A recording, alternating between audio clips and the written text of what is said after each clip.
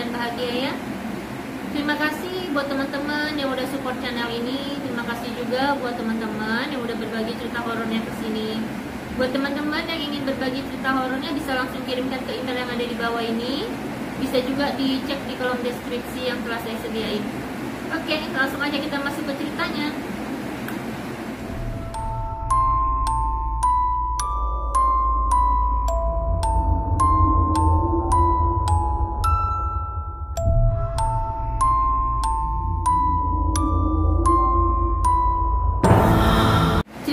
Kedua ini datangnya dari Rara di Kalimantan.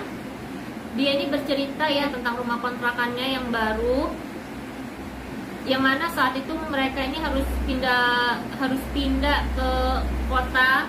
Mereka ini di kota A harus pindah ke kota B karena kebetulan suaminya ini Mas Tito itu harus pindah tugas gitu. Dia dapat pekerjaan baru di kota B gitu. Jadi ya mau nggak mau ya mereka harus pindah ke sana gitu. Nah, ya udah itu singkat cerita, ya mereka kemas-kemas barang apa semua, akhirnya tibalah waktunya mereka untuk berangkat ke kota B. Lumayan jauh ya dari kota A ke kota B ini, lumayan jauh gitu. Jadi jaraknya ada sekitar 8 jam kata Rara ya gitu. Nah, di sini ini sebenarnya keluarga ini agak keberatan ya dengan istilahnya dengan mereka ini yang langsung main pindah-pindah aja gitu. Karena kebetulan kan daerah yang mau dituju ini termasuk agak pedalaman, terkenal masih daerahnya tuh masih yang istilahnya kuat dengan hal-hal seperti itu gitu. Jadi maksud keluarga ini istilahnya mereka ini seharusnya jangan langsung pindah gitu, tapi biar aja dulu Mas Ditonya dulu yang berangkat, biar dia dulu ke sana, dia cek lokasinya, dia cek rumahnya, nanti setelah udah bersih deh ini baru Rara ini sama anaknya Radit ikut pindah gitu.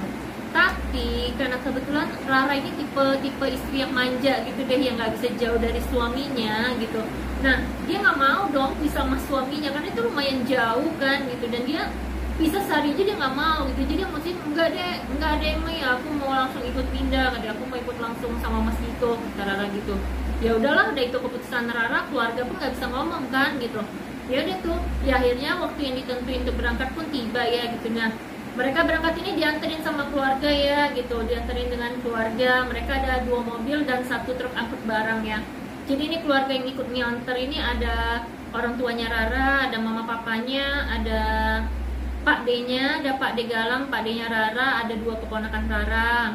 Ada juga orang tuanya ibunya Mas Tito, ada abangnya Mas Tito sama kakak iparnya, dan ada om sama tantenya Mas Tito gitu. Nah, berangkat nih mereka, udah deh kering-keringan berangkat lah. Mereka stop dari rumah itu jam 9 malam karena memang mereka memastikan tuh ingin nyampe di sana itu pagi ya, biar bisa langsung beberes-beres rumah, karena mereka udah bayangin tuh ya pasti kotor banget gitu. Jadi mereka memang udah start jam 9 malam dari kota A.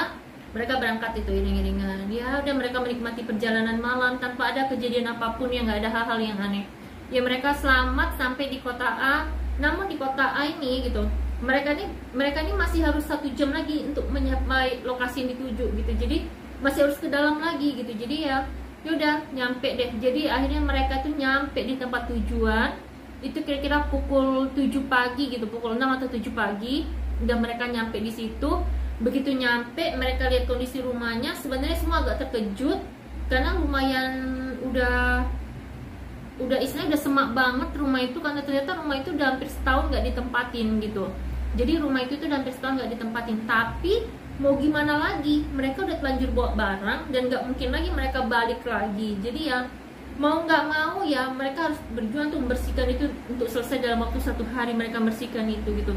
Nah, di situ sebelum semuanya keluar dari mobil, sebelum barang diturunkan, Pak D turun duluan.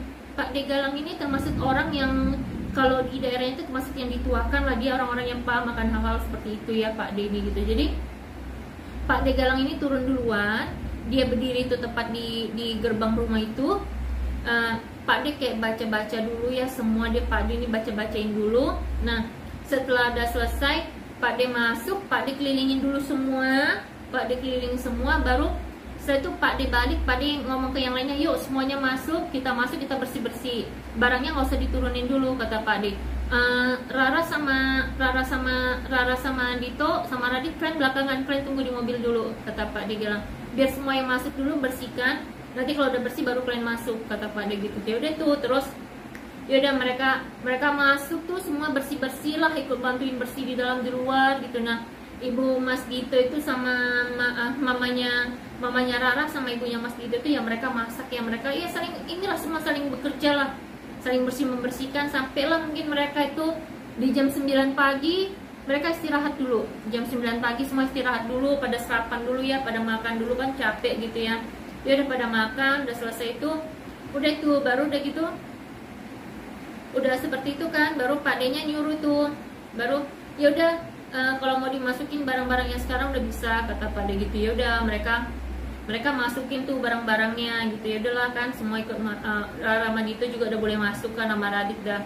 Ya udahlah ibaratnya udah diiniin sama Pak D-nya kan, udah didoakan udah gitu. Baru setelah itu mereka lanjut lagi ya berberes-beres karena kan belum selesai ya gitu. Jadi mungkin akhirnya jam 1 siang tuh mereka istirahat lagi, mereka makan gitu.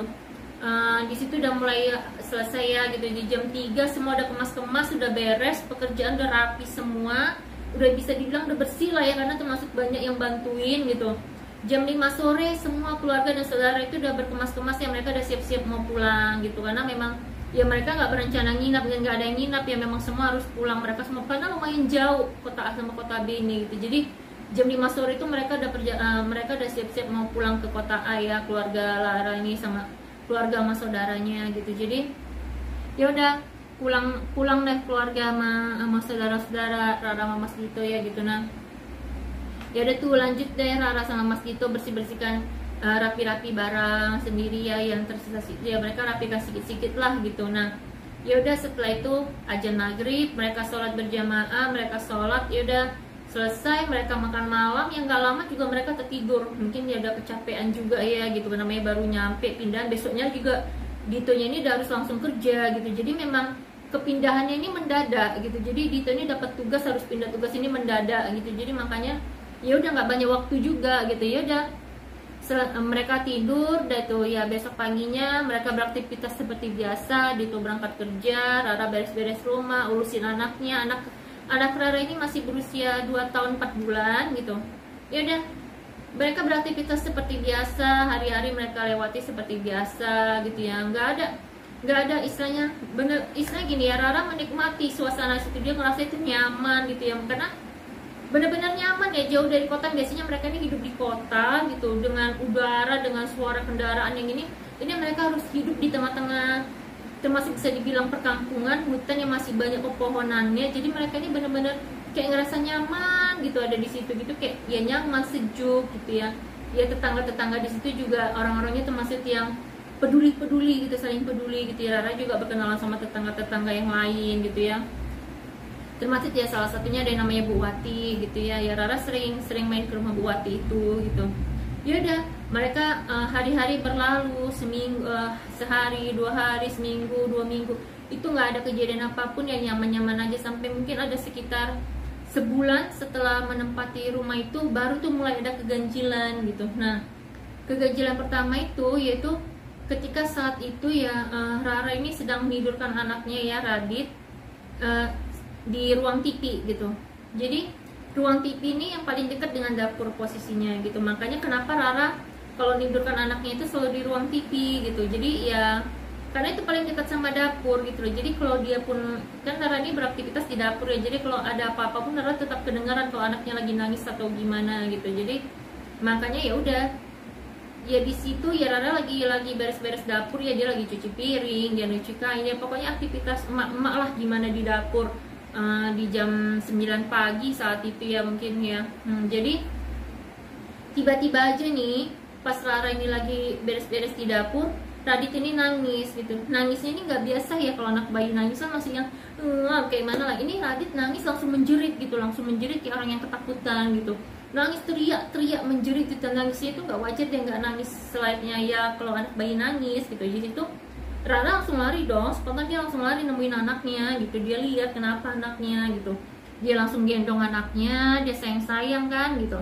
Ya udah terus Setelah itu ya dia sambil tidur-tidurkan lagi anaknya ya, kira-kira mungkin ada 10 menit, Radit akhirnya tertidur lagi. Udah tuh dia letakkan gitu kan di ruangan itu gitu. Ya udah Rara lanjut lagi tuh aktivitasnya gitu. Paling juga nggak nyampe sekitar 10 menit ya Radit gitu lagi, teriak lagi, menjerit, nangis menjerit, teriak. Ya Rara datang lagi, dia hampirin lagi anaknya, dia sayang lagi. Ya gitu lagi, dia tinggalkan setelah anaknya tidur, dia tinggalkan, dia lanjutkan aktivitasnya lagi di dapur gitu. Ya nggak nyampe 5 menit atau 10 menitan lagi, seperti itu lagi, terulang lagi gitu. Jadi mungkin ada 3 kali ya kata Rara ya, itu berulang kali seperti itu 3 atau 4 kali. Ya akhirnya terus Rara kan nggak akan bisa selesai dong aktivitasnya di dapur. Dia coba deh pindahkan anaknya ke kamar, Nah ya alhamdulillah di kamar ini Radit nyaman, Radit bisa tidur pulas ya, tidur lama, nyenyak gitu ya, sampai akhirnya Rara selesai menyelesaikan aktivitasnya di dapur, udah selesai. Ya udah tuh, ya udah dia udah bangunkan anaknya makan apa semua udah selesai. Ya udah nggak ada kejadian apapun lagi ya di hari itu ya gitu. Ya udah mungkin berselang 2 hari atau 2 hari lah ya dari kejadian itu gitu lagi gitu.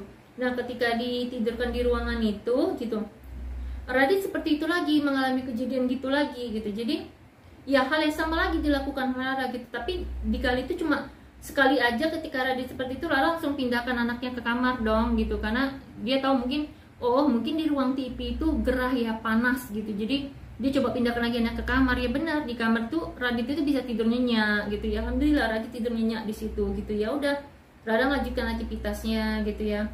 Terus mungkin ada seminggu ya itu udah sering terjadi ya. Jadi hari-hari itu Radit itu kalau ditaruh di ruang TV itu selalu gelisah ya. Di situ memang Rara berpikir, karena mungkin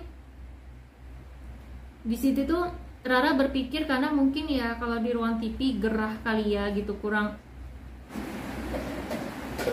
Intinya Rara ini selalu berpikir positif lah. Dia berpikir bahwasanya kenapa anaknya itu sering menangis di ruang TV ya, karena dia ngerasa di ruang TV itu mungkin gerah, itu aja sih gitu. Jadi nggak pernah berpikir aneh-aneh sih ya Rara ya gitu. Ya udah tuh akhirnya setelah ada sering ngalamin hal itu mungkin sebulanan gitu ya.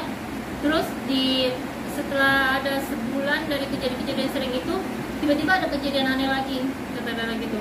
Di situ tiba-tiba Radit ini pasti ini masih lagi main-main ya, dia lagi main-main di ruang tamu, dan posisi Rara ini memang ya lagi di dapur biasa gitu. Jadi Radit ini mau nyamperin mamanya itu ke dapur. Nah kalau mau ke dapur itu kan harus melewati ruang TV ya gitu. Jadi posisi Radit ini kan ngelewatin ruang TV dong gitu. Dia ngelewatin ruang TV gitu. Jadi ketika ngelewatin ruang TV ini, Radit ini jerit dia manggil maminya gitu. Mami kan. Mami takut kata Radit gitu. Langsung dong Rara semangat langsung lari dong nyamperin anaknya gitu. Kenapa sayang, kenapa kata Rara gitu kan ke Radit gitu. Takut mi gitu. Radit itu udah megangin maminya erat banget, udah ketakutan ya gitu, udah tunduk aja gitu. Takut mi dia sambil nunjuk gitu ke sudut ruang TV gitu. Terus kenapa sayang, nggak ada apa-apa kata maminya gitu kan. Coba dilihat, nggak ada apa-apa. Enggak mi, takut mi besar mi, serem banget mi, takut mi besar banget mi, matanya mi ada apinya kata dia gitu. Matanya ngeliatin Radit mi, ada apinya gitu ya, sambil nunjuk gini gitu, takut gitu. Nah di situ baru ya udah Rara bawa anaknya ke dapur, deh ya sini sama mami, udah main di dapur udah gitu. Ya udah mereka lanjut, mereka ini, dan nggak ada kejadian aneh apapun lagi ya gitu. Lanjut di esok harinya gitu, ya udah Rara tidurkan anaknya di ruang TV ya, dia sambil nonton TV juga gitu ya. Dia tidurkan anaknya itu ya gitu. Ya udah di ruang TV. Nah setelah itu Rara tinggal tuh, dia lanjut lagi aktivitasnya ya gitu. Nggak nyampe ya, paling cuma mungkin sekitar 10 menit Radit tidur. Radit terbangun teriak-teriak, nangis, dia takut gitu.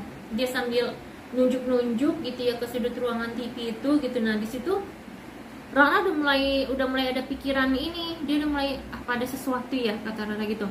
Apa mungkin ada makhluk lain di rumah ini? Itu Rara udah sempat berpikir seperti itu gitu. Nah di situ karena mungkin ya Rara ini udah ngerasa kesel kali ya, capek, mungkin dia udah capek dia spontan dong. Mungkin dia juga kasih lihat anaknya yang selalu nangis terus, ketakutan kalau ada di ruang TV.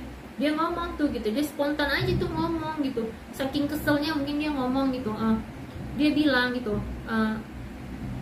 hek kamu apapun bentukmu, apapun kamu yang ada di sini, aku di sini nggak ganggu kamu, jangan ganggu aku. Itu diucapin Rara gitu.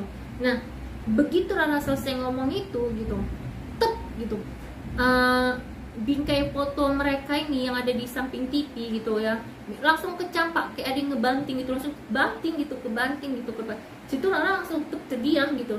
Dia ngeliat bingkai foto itu yang jelas-jelas gak mungkin bisa jatuh seperti itu, nggak ada angin, ditambah posisinya memang kayak dicampakkan gitu. Ya udah di situ Rara ngeliat itu, Rara sempat dia terdiam, dia kaget, dia takut juga, dia sambil peluk anaknya. Nggak capek di situ, jadi kan di ruang TV itu memang mereka selalu pakai kipas ya, ada kipas itu cetak sendiri. Kalau kipas itu kan ada nomor 1, 2, 3 gitu, itu mati gitu, mati. Setelah itu Rara ini udah diam aja, dia kayak yang udah kaku mau bergerak, agak takut gini kan, terus dihidupkan lagi. Ya pokoknya kipas itu dimainin gitu. Rara dengan sekuat tenaga dia sambil baca di dalam hatinya, dia kuatkan dirinya, dia gendong anaknya, dia langsung lari itu keluar, dia langsung ke rumahnya Bu Wati, dia temuin Bu Wati. Ya udah dia ngomong tuh ke Bu Wati, Bu aku takut, kata dia gitu kan, di rumahku kayaknya ada sesuatu deh Bu, dia gitu ngomong ke Bu Wati gitu. Ada apa Ra, kata Bu Wati gitu, dia ceritakan tuh kejadiannya gitu. Terus Bu Wati ini bilang, gak heran sih Ra sebenarnya kalaupun ada kayak gitu, kata Bu Wati gitu. Ya soalnya kan rumah itu kan udah lama kosong Ra, kata gitu. Sedangkan anak-anak di sini aja sering melihat hal-hal kayak gitu. Istilahnya kami aja di sini tuh sering ngalami dengar dari rumah itu gitu, istilah dari yang suara rintian, perempuan nangis, dari anak-anaknya sering nampakkan sosok-sosok yang besar nyeremin. Jadi nggak heran sih, istilahnya gini, Bu Wati nggak terkejut ada kejadian itu, karena memang ya nggak heran karena rumah itu memang udah termasuk lama kosong gitu kan gitu. Jadi ya udah di situ Rara minta temenin Bu Wati ya, untuk Bu temenin saya yuk Bu, kata dia gitu. Pulang saya mau ngambil handphone gitu. Handphonenya itu kebetulan terletak di ruangan TV gitu ya. Saya mau ngambil handphone saya ketinggalan Bu, kata dia gitu. Handphone saya ketinggalan, saya mau nelfon Mas Dito, kata dia gitu kan. Baru, dan pintu dapurnya itu posisinya masih kebuka karena kan saat itu memang Rara itu lagi nyantai-nyantai ya gitu. Jadi memang ya istilahnya ya pintu itu masih kebuka semua gitu. Pintu dapur saya juga belum saya kunci Bu, kata gitu kan. Yaudah yuk Ibu temenin, kata Bu Wati. Ya udah tuh Bu Wati nemenin tuh ya, ditemenin Bu Wati Rara ini pulang ke rumah gitu ya. Udah ditemenin. Ya sebenarnya sama-sama takut ini gitu, Bu Wati juga takut gitu. Rara pun takut, tapi mau nggak mau memang harus pulang, harus ngambil handphone sama harus tutup pintunya. Kalau nggak nanti kan maling yang masuk gitu. Ya udah mereka beranikan ini berdua, anaknya ditinggal ya di rumah sama anaknya Bu Wati ya gitu. Udah mereka jalan nih balik ke rumah Rara gitu ya. Nah masuk ini gitu masuk ini aja, jadi sebenarnya udah suasananya udah beda gitu, hawanya tuh udah beda gitu masuk ini mereka udah mencium aroma gak enak ya gitu. Duh aku merinding waktu cerita horor dulu, kenapa ya gitu. Masuk itu tuh kan gitu, masuk itu sebenarnya mereka ini udah ngerasa auranya udah gak enak gitu, udah mereka ini udah cium bau gak enak gitu, bau amis, baunya amis gitu. Mereka masuk itu udah kecium bau amis, tapi mau nggak mau ya harus masuk karena memang harus ngambil handphone ya gitu. Ya udah temenin Bu Wati pun udah di situ. Rah, duh nggak enak nih Rah, duh kamu cium baunya nggak Rah, kata Bu Wati. Iya Bu nih. Nah ya udah yuk, udah deh sama-sama menguatkan diri nih orang, sama memberanikan diri masuk gitu masuk ke ruang TV gitu. Masuk nih ke ruang TV, memang mereka melihat posisi bingkai foto itu yang masih tergeletak, dan kipas angin itu Bu Wati juga melihat sendiri itu masih dimain-mainin, posisinya masih dicetak itu hidup sendiri, cetak itu Bu Wati juga ngelihat itu gitu. Dan yang lebih epicnya lagi tuh ya gitu. Nah begitu mau ke dapur Bu Wati sama Rara ini sama-sama denger ada orang masak di dapur. Mereka tuh dengar suara oseng-oseng orang masak, bener kayak orang masak. Tapi Rara memastikan bahwasanya nggak ada siapa-siapa di rumahnya gitu. Beneran Bu Wati nanya, Rah, emang ada orang Rah di rumah lo? Gitu. Emang ada orang di rumahmu? Nggak ada Bu, katanya. Ya aku sendiri sama anakku gitu kan. Kau dengar kan Rah ada yang masak? Iya Bu, aku juga dengar gitu kan. Begitu mereka nih sambil ngintip-ngintip ya, takut apa maling apa gimana gitu ya. Ya semua perasaannya campur aduk, dia udah takut semuanya nih mereka. mereka jalan menuju ke dapur gitu. Tak masuk menuju pintu dapur, mereka lihat nggak ada siapa-siapa. Suasananya hening, nggak ada orang lagi masak, ya itu hening. Di situ udah tuh ya Allah, di situ ya udah tuh Bismillahirrahmanirrahim. Ya udah di situ udah deh, mereka buru-buru tuh, udah cepet buruan kunci pintunya, kata buat kita buruan keluar gitu. Ya udah begitu udah deh dikunci pintunya. Begitu mereka jalan nih ya, mereka jalan menuju ke ruang TV itu, ya langsung tuh ada yang kayak ngasih embusan angin, baru kayak ada yang ngasih napas ke mereka, langsung wah gitu loh, langsung ya Allah merinding aku, langsung lari Buati sama Rara ini langsung cepet-cepet lari keluar. Udah tuh mereka kunci pintu, udah nyampe ke rumah Buati, udah di situ mereka tenangkan diri apa semua. Rara nelpon Mas Ditonya ngasih tahu dia di sana, nanti jemput di sana gitu kan.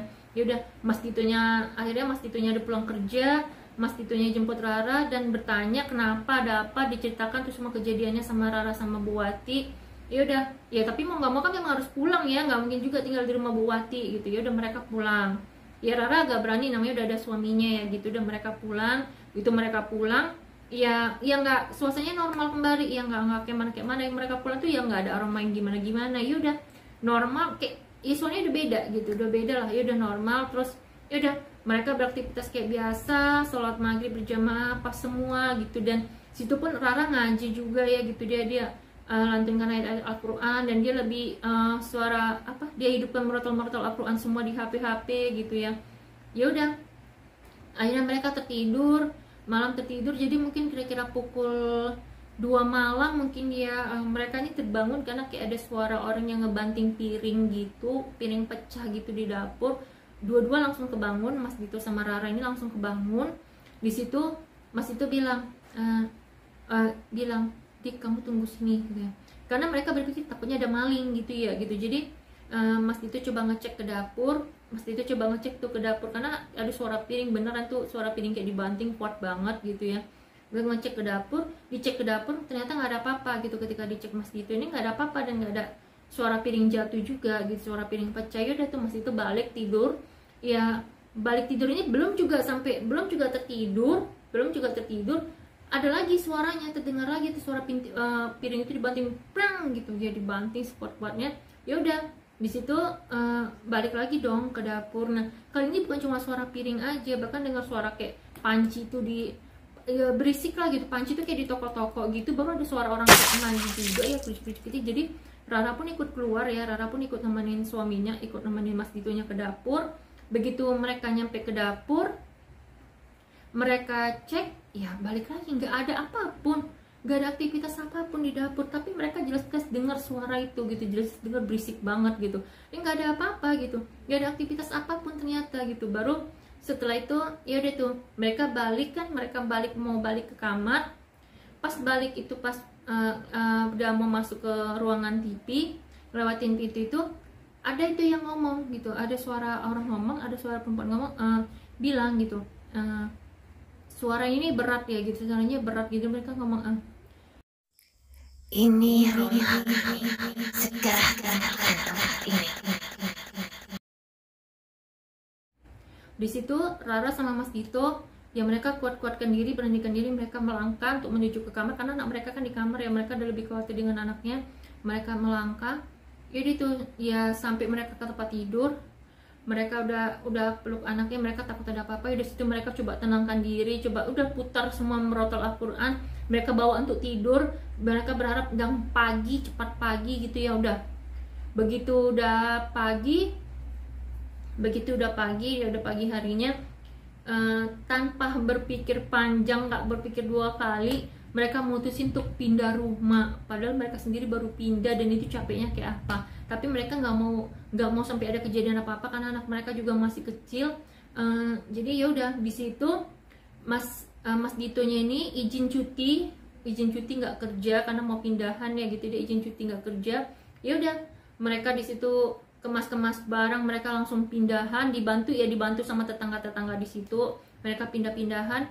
Ya udah nggak pikir panjang, nggak pikir 2 kali, baru kejadian seperti itu aja itu itu udah bener-bener ya, kejadian itu udah bener-bener buat mereka ini ya nggak mau deh sampai ngalamin hal-hal yang lebih dari itu gitu. Jadi apalagi mereka punya anak kecil gitu, makanya yaudah nggak pikir panjang, mereka mutusin untuk udah deh pindah gitu. Ya udah pindah, mereka pindah ya, alhamdulillahnya di rumah yang, tapi rumah yang baru ini lumayan jauh ya dari pekerjaan Mas Dito gitu. Makanya kenapa dulu ditempatkan di sini, karena memang ini lokasi rumahnya memang masih dalam lingkungan tempat Mas Dito kerja gitu. Nah mereka sekarang pindah lokasinya lumayan jauh dari tempat kerja Mas Dito, tapi buat mereka nggak masalah untuk jarak, yang penting aman di situ gitu. Jadi ya alhamdulillahnya sejak pindah ke rumah itu mereka nggak pernah ngalamin kejadian apapun lagi ya. Jadi ya gitu aja ceritanya dari Rara ya. Terima kasih ya buat Rara yang udah berbagi ceritanya. Kirim salam buat Radit, buat Mas Ditonya. Semoga Rara sekeluarga selalu dalam perlindungan Allah. Semoga selalu sehat, selalu dijauh-jauhkan dari segala macam mara bahaya. Sekali lagi terima kasih Rara yang udah berbagi cerita horornya ke saya. Dan terima kasih juga buat teman-teman yang udah nonton video ini, yang udah selalu support channel saya. Terima kasih. Jangan lupa sekali lagi buat teman-teman yang ingin berbagi cerita horornya ke saya, teman-teman bisa langsung kirim ke email yang ada di bawah ini. Bisa juga langsung kirim ke email yang sudah saya tulis di kolom deskripsi. Terima kasih sekali lagi buat semuanya. Kurang lebihnya saya mohon izin, mohon maaf apabila ada kesalahan dalam berkata-kata atau menyampaikan isi ceritanya. Semoga aja teman-teman suka, terhibur dengan ceritanya, dan semoga setiap cerita yang saya sampaikan bisa diambil, bisa ada hikmah yang kita ambil dalam setiap ceritanya gitu. Ya udah, terima kasih teman-teman. Sampai jumpa lagi. Assalamualaikum. Dadah.